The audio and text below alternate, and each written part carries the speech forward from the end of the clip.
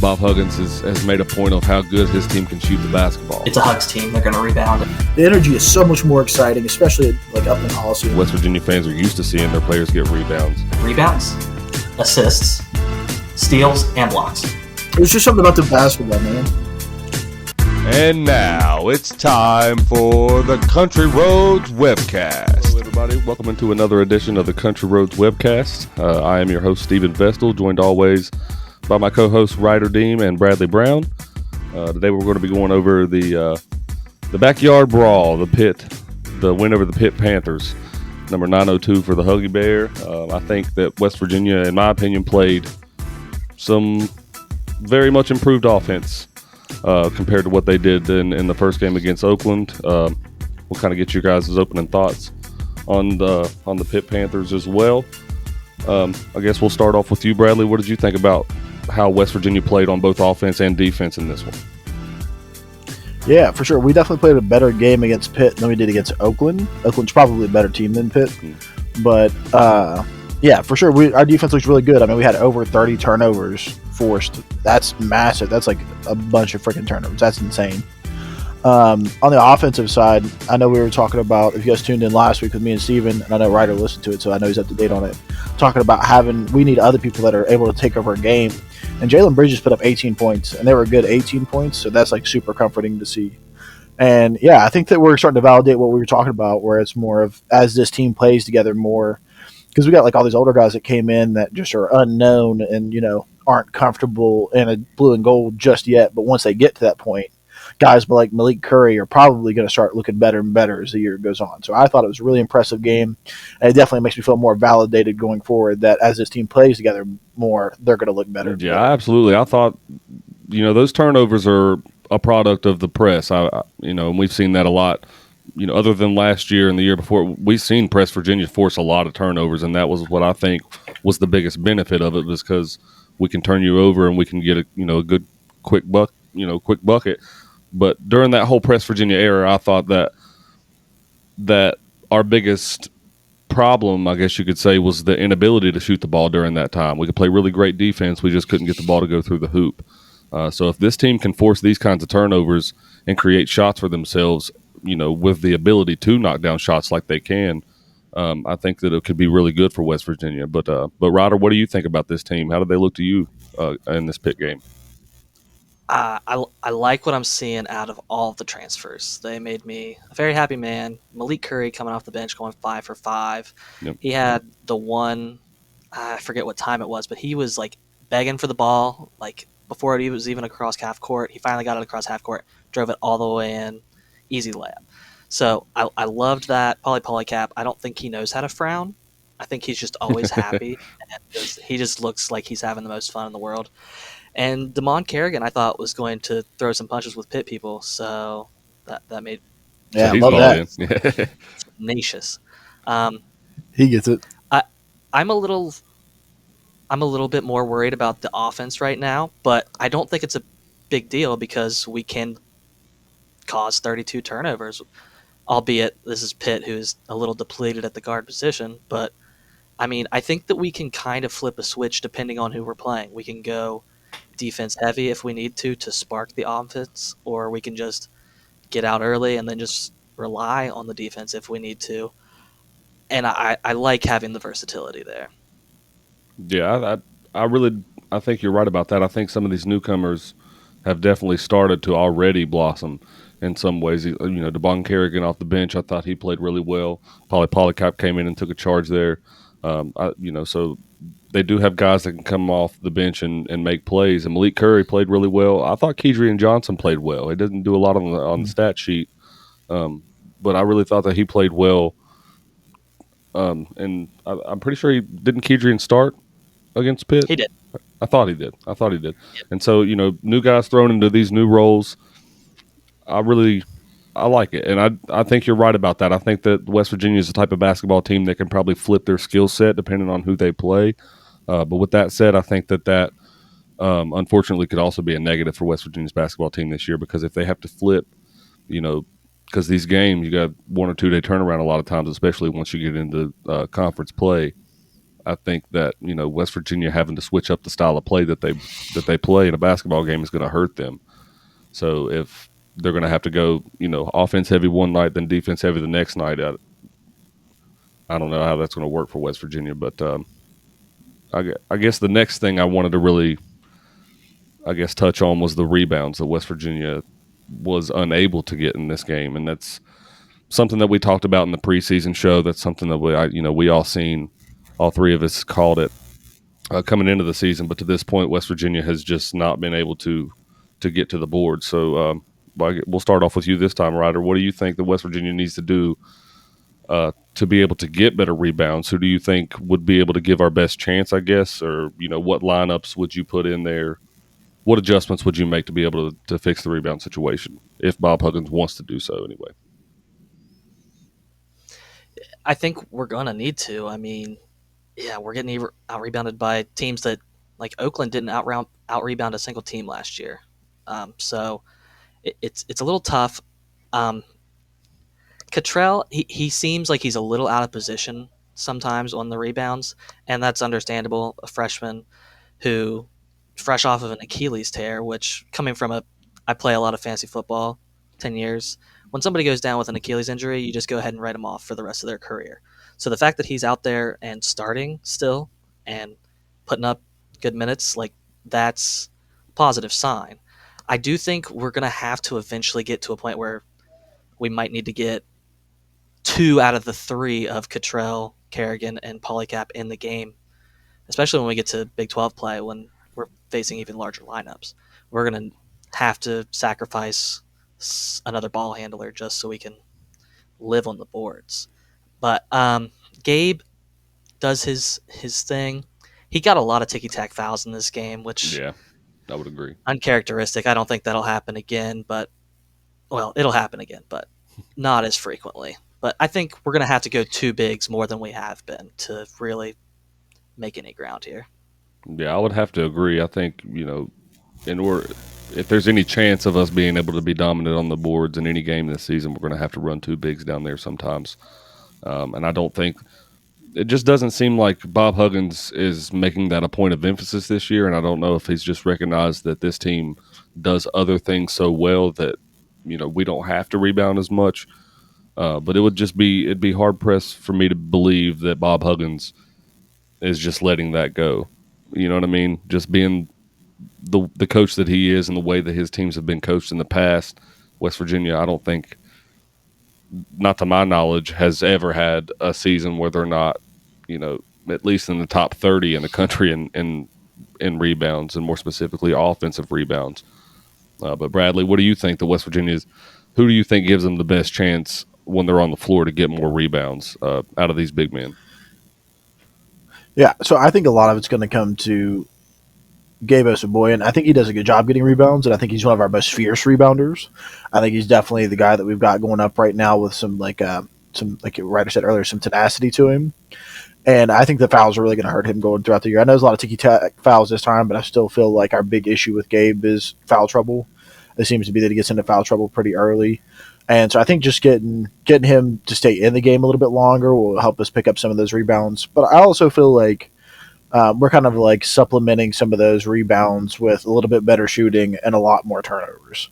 So it's like where we would be getting more possessions on rebounds, now we're getting them on turnovers. So it's definitely, I don't think we're going to see as much of a drop-off in our shooting and possessions and offensive performance as like much as what you would think we would getting down on rebounds, but that's because we are getting the other team to turn it over on a pretty high clip. Well, that's the point that I guess I was going to make next was that's why I don't think that it's been such a main point of emphasis this year for Bob Huggins, is because he notices how well West Virginia is able to force turnovers, and so that creates opportunities just as much as it would if you were to get rebounds. And I'm not saying that he's totally just lost on the rebounding factor. I just think that great coaches recognize what their teams do well, and Bob Huggins is definitely for sure a great coach.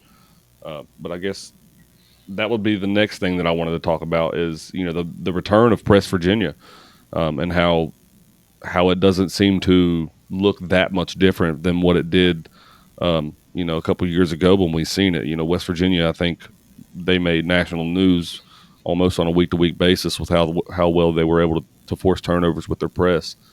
You know what I mean? It became such a big deal for a lot of the fans in this fan base to be able to put, you know, Press Virginia on there, and it was something we were proud of. So I think it's a positive thing that it's back because, you know, what I mentioned before and how they're able to create better shots this year and get those shots because Taz and a lot of other ones made some very good shots. Your guy, Sean McNeil, Ryder, he hit some pretty big ones as well.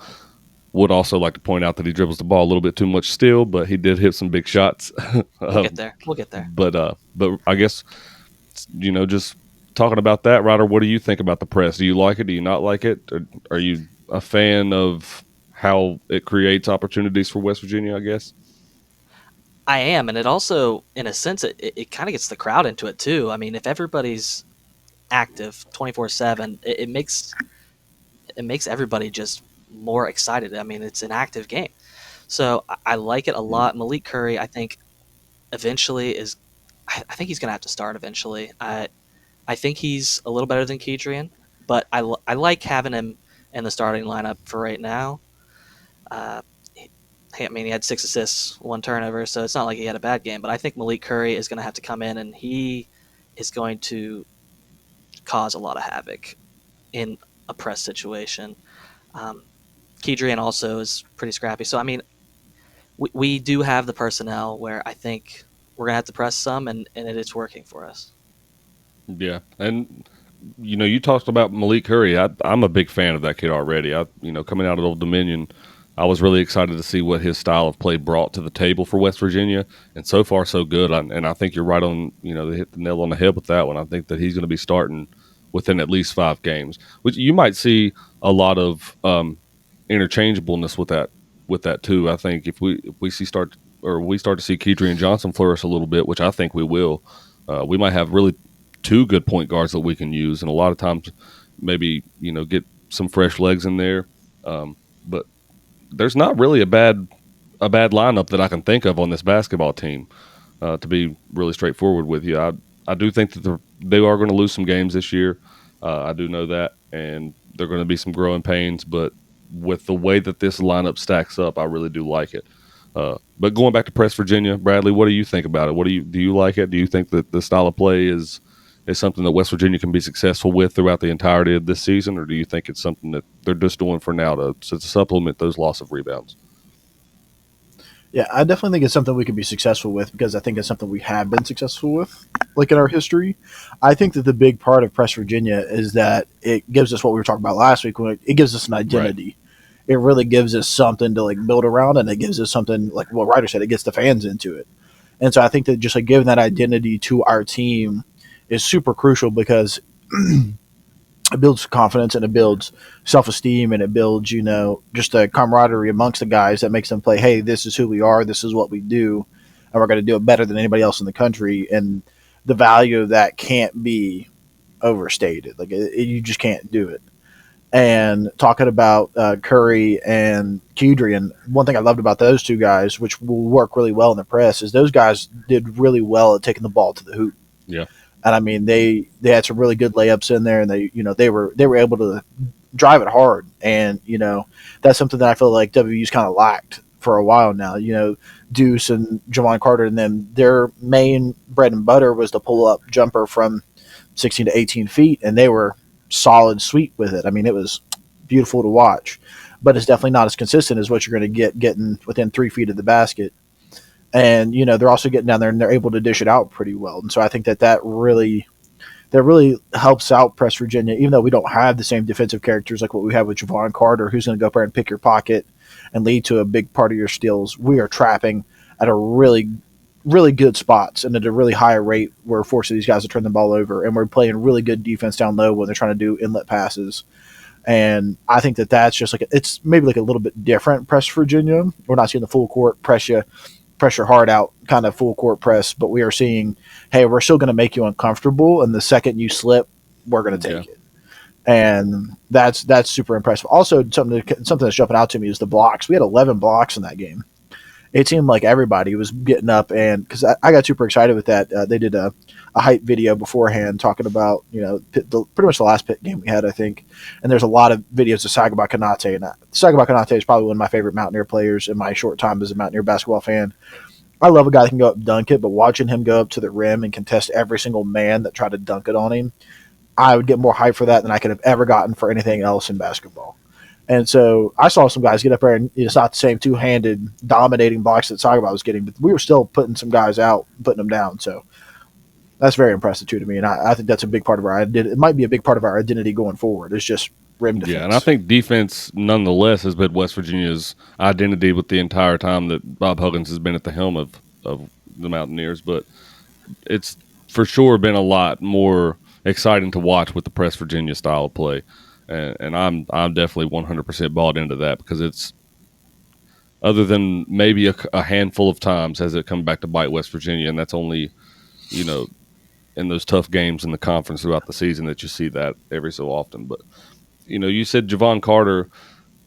Javon didn't really get that great at playing. He was always a good defensive player, but I don't think that he was great at stealing the ball and picking your pocket until about a year and a half really into being in Press Virginia.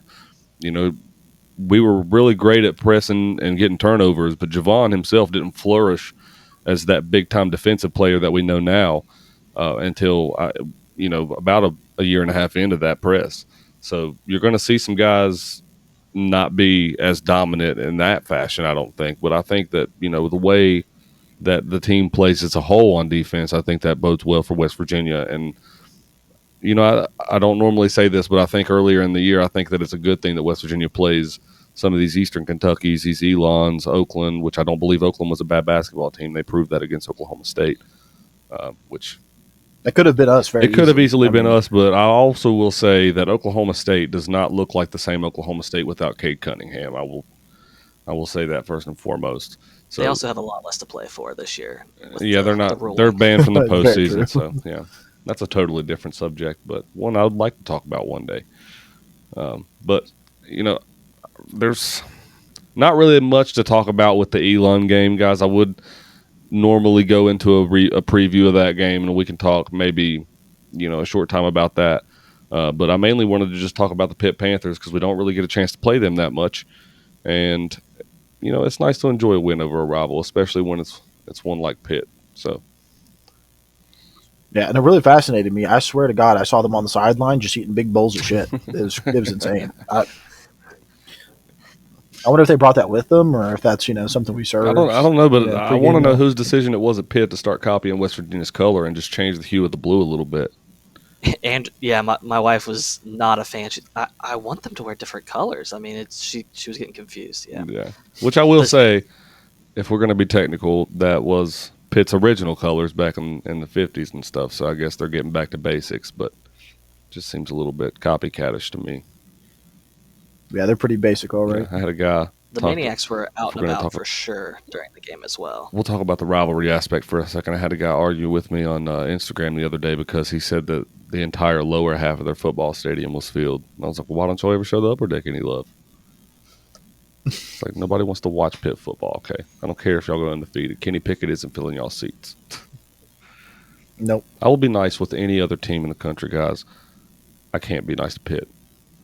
It's just loathing. It's just not in my blood. But you can't. I guess we can talk about some stats again a little bit, just to get this closed out a little bit. There's not really much to talk about, guys. So, like I said in our last episode, we're going to be going anywhere from 20 to 30-minute episodes. This will probably be on the shorter hand of things, be around 20 minutes, just because until we get into the bulk of this season, and more specifically, probably around conference play, there's not really a whole lot to talk about unless something drastically changes with the program, which I don't see happening. But the biggest thing, I guess, that I want to talk about is a very big deal is 902 for Huggy Bear. He's tied to Bobby Knight in, I guess, all-time wins now. And so, I guess I want to take a time to congratulate him. We know he's a legend. Everybody within the program can, we really appreciate him. I don't think anybody takes him for granted, but I really do, I I just appreciate the fact that we do have a legendary coach like that can, put West Virginia on the map. So I don't know. Is there anything you guys want to talk about, about the program, just to kind of give us some topics? Because like I said, guys, we've covered all the basics of this game in about 18 minutes here. So if there's anything y'all want to add in on the program, y'all can go ahead and do it now. Ryder, we'll start with you, buddy. I will say I was upset to see Beeline go when he left, because I mean we had a great program going whenever he was here, but I mean you can't top the Huggy. But that's a back-to-back hirings that have to be up there in the upper echelons of college basketball for a program to have as their head coaches, because Beeline, legendary, Huggins, legendary. He also has a chance to pass Roy Williams. I think that people. Yeah, I think by the time it's all said and done, he might be up there with Coach K and number of wins, and that's a lot of wins to get to. But I think that Huggy Bear might have a lot of years left in the gas tank, just the way he's going. And I don't think that – I truly believe in my heart of hearts that Bob Huggins wants to bring a national championship to WVU, and I don't believe that he's going to stop until he gets that. And I don't know if that's going to be, within the next few years, or whether it's not going to be. But I can tell you right now, if it's not, he will coach until he gets it, or, until something else happens that I don't want to say. But I think you're right. I'd love John Beeline at the helm here. I would argue that West Virginia has arguably had very few bad basketball coaches in their history. We were talking about it before the show about Fred Schaus back in the 50s, coaching Jerry West. If you fast forward, you talk about Gil Catlett, who's got his name up in the rafters at WVU now. He coached all those Sweet 16 teams, and then you move on to John Beeline, and then you eventually moved on to Huggy Bear. People, in my opinion, really downplay how much of a basketball school West Virginia truly is. And that's not to discredit the football side of things, because I do love WVU football, and I always have. But facts are facts, and West Virginia has more consistently in the history of their program been a top basketball standings, throughout the years. And they have down seasons just like any other program, but most of the time, if not always, they're mentioned in the national rankings at one point of the season, if not most of the season, and that's definitely not changed most of the time while Huggy Bear's been the coach. I think we've had maybe one or two bad seasons, and then Bob Huggins does what we have talked about on the football side of things, and he's switched things up when he's noticed problems, and he's cleaned house and brought in people that can make change, and he's made adjustments. So that's what I like about the Huggy Bear. But Bradley, what do you want to add in here, buddy? Yeah, I mean, and being a Mountaineer basketball fan for only 8 years, and only ever having been with Huggins and some of the teams he's had through those years, I think what it really opened my eyes up to, never really being a basketball guy, is just the different kind of culture that basketball has, and especially Mountaineer basketball. And like I said, I wasn't really that big of a fan until I went to my first game in the Coliseum, and it was just an absolutely different atmosphere, and I fell in love with it, and I've been in love with it ever since.